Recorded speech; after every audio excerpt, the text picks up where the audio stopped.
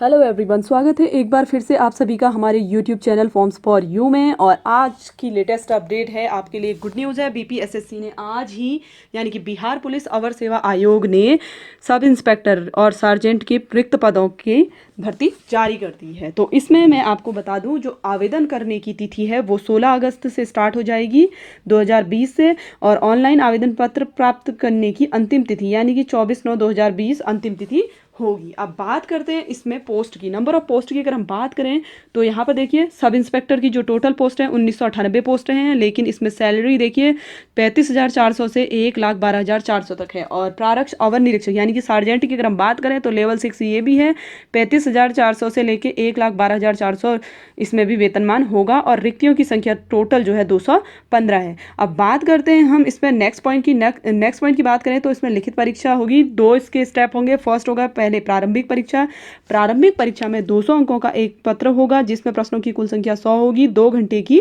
अवधि होगी। उक्त पत्र में सामान्य ज्ञान यानी कि इसमें सामान्य ज्ञान और सामयिक मुद्दों से संबंधित प्रश्न पूछे जाएंगे। इसमें आपको कम से कम 30% अंक लाने अनिवार्य होंगे, तभी आप मेन एग्जाम के लिए एलिजिबल होंगे। ठीक है। और अगर बात करें मेन एग्जाम की उसके बाद, तो मेन एग्जाम के वही बच्चे देंगे जिनके 30% प्रारंभिक परीक्षा में होंगे। प्रारंभिक परीक्षा में सफल होने के बाद आप ये दे सकते हैं, इसमें प्रथम प्रश्न पत्र होंगे। प्रथम प्रश्न पत्र 2 अंकों का सामान्य हिंदी 2 घंटे का होगा जिसमें 100 प्रश्न होंगे, एवं न्यूनतम जो अंक होंगे 30% अंक प्राप्त करना अनिवार्य होगा, अदरवाइज आपको अयोग्य घोषित कर दिया जाएगा। और जो दूसरा प्रश्न पत्र होगा वो क्या होगा, देखिए सामान्य अध्ययन का होगा जिसमें सामान्य विज्ञान, नागरिक शास्त्र, भारतीय इतिहास, भारतीय भूगोल, गणित, मानसिक योग्यता की जांच की संबंधित प्रश्न होंगे। ठीक है। और ये 200 नंबर का ये भी होगा जिसमें प्रश्नों की कुल संख्या 100 होगी और अवधि 2 घंटे की होगी। और ये जो परीक्षा होगी 2 चरणों की परीक्षा में प्रत्येक गलत उत्तर के लिए 0.2 मार्क्स का नेगेटिव मार्किंग का भी प्रावधान किया गया है। अब बात करें दोस्तों इसमें हमारी जो मेन एज लिमिट की अगर हम बात करें तो पहले हम एज लिमिट की बात कर लेते हैं। अनारक्षित यानी जनरल के लिए जो है 20 से 37 वर्ष ये पुरुषों के लिए है, और जबकि पिछड़ा वर्ग, अत्यंत पिछड़ा वर्ग पुरुषों के लिए 20 वर्ष से 40 वर्ष अधिकतम होगी। ठीक है। और अनारक्षित सामान्य कोटि की जो महिला वर्ग है, ठीक है, फीमेल कैंडिडेट के लिए 20 से 40 वर्ष है। और बात करें हम अनुसूचित जाति और अनुसूचित जनजाति पुरुषों एवं महिलाओं के लिए तो 20 वर्ष कम से कम और अधिकतम जो है 42 वर्ष होना जरूरी है। ठीक है। और इसके बाद हम बात कर लेते हैं हाइट की बात करें तो जो मेल कैंडिडेट हैं जनरल कैटेगरी के उनके लिए 135 सेंटीमीटर होना चाहिए, और जो अत्यंत पिछड़ा वर्ग और अनुसूचित जाति अनुसूचित जनजाति उनके लिए 160 सेंटीमीटर हाइट होनी कंपलसरी है। सभी वर्गों की महिलाओं के लिए 155 सेंटीमीटर हाइट के साथ कम से कम आपका 48 kg वेट भी होना चाहिए फीमेल कैंडिडेट के लिए। अब पुरुषों के लिए यहाँ पर सीने का मापदंड भी दिया गया है। बिना फुलाए जनरल वर्ग के लिए 81 सेंटीमीटर न्यूनतम, फुलाकर 86 सेंटीमीटर न्यूनतम होना चाहिए। फुलाने के बाद कम से कम 5 सेंटीमीटर का अंतर होना जरूरी होगा। ठीक है। और अनुसूचित जाति की बात करें, जनजाति की बात करें तो बिना फुलाए 79 सेंटीमीटर और फुलाकर 84 सेंटीमीटर कम से कम होना चाहिए। अब बात करते हैं हम शारीरिक दक्षता परीक्षा में दौड़ की। तो दौड़ की बात करें, पुरुषों के लिए 1 मील की दौड़ के लिए समय सीमा 6 मिनट 30 सेकेंड है। अगर आप इससे अधिक समय लेते हैं तो आपको अयोग्य घोषित कर दिया जाएगा। महिलाओं के लिए क्या है, 1 किलोमीटर की दौड़ के लिए समय सीमा 6 मिनट। अगर आप 1 किलोमीटर की दौड़ 6 मिनट में कंप्लीट नहीं कर पाते हैं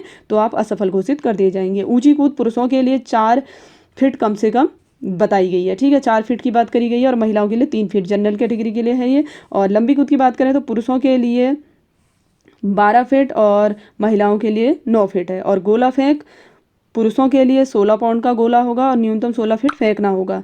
ठीक है। उसके बाद बात करें महिलाओं के लिए 12 पाउंड का गोला होगा जो न्यूनतम 10 फीट आपको फेंकना होगा। ठीक है। ये थी आपकी फिजिकल योग्यता यानी कि हमारे शारीरिक दक्षता इसमें सभी के लिए कितनी होनी चाहिए वो आपको यहाँ पर बता दिया गया है। अब हम बात कर लेते हैं इसमें टोटल पोस्टों की बात करें तो काफ़ी पोस्ट हैं। देखिए अनुसूचित जाति के लिए 333 पोस्ट है जिसमें से 124 फीमेल कैंडिडेट के लिए होंगी महिलाओं के लिए। अनुसूचित जनजाति के लिए बात करें पदों की संख्या टोटल 17 है जिसमें 6 पद है महिलाओं के लिए। अत्यंत पिछड़ा वर्ग 387 पोस्ट टोटल है जिसमें से 147 महिलाओं के लिए। पिछड़ा वर्ग के लिए 280 है, महिलाओं के लिए 94 है। इसमें से 199 आर्थिक रूप से कमजोर वर्ग के लिए हैं जिसमें से 95 आपका महिला कैंडिडेट के लिए हैं। अनारक्षित की बात करें तो 724 पोस्ट हैं जिसमें से 253 फीमेल कैंडिडेट के लिए। यहाँ पर टोटल 1998 पोस्ट की बात की है जिसमें से 683 पोस्ट महिलाओं की हैं। ठीक है। महिलाओं के लिए 35% जो 36 आरक्षण होगा वो फीमेल कैंडिडेट के लिए हमेशा की तरह होगा। अब हम बात कर लेते हैं इसमें देखिए परिचारी यानी कि सार्जेंट के जो पद हैं उसके लिए क्या फिजिकल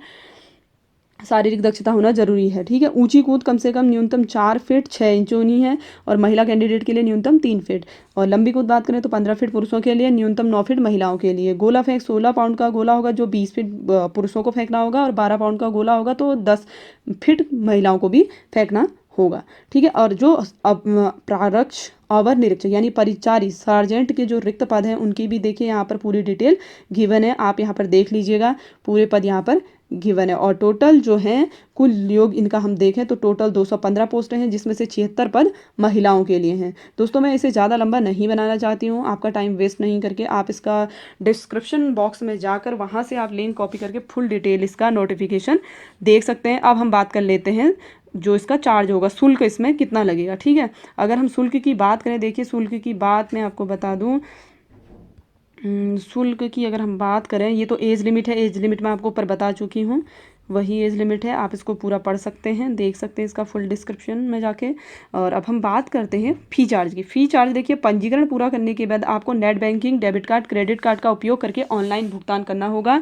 भुगतान राशि में अपेक्षित आवेदन शुल्क और बैंक देय लेन देन शुल्क लागू होंगे जो भुगतान पृष्ठ पर दिखाए जाएंगे, ठीक है।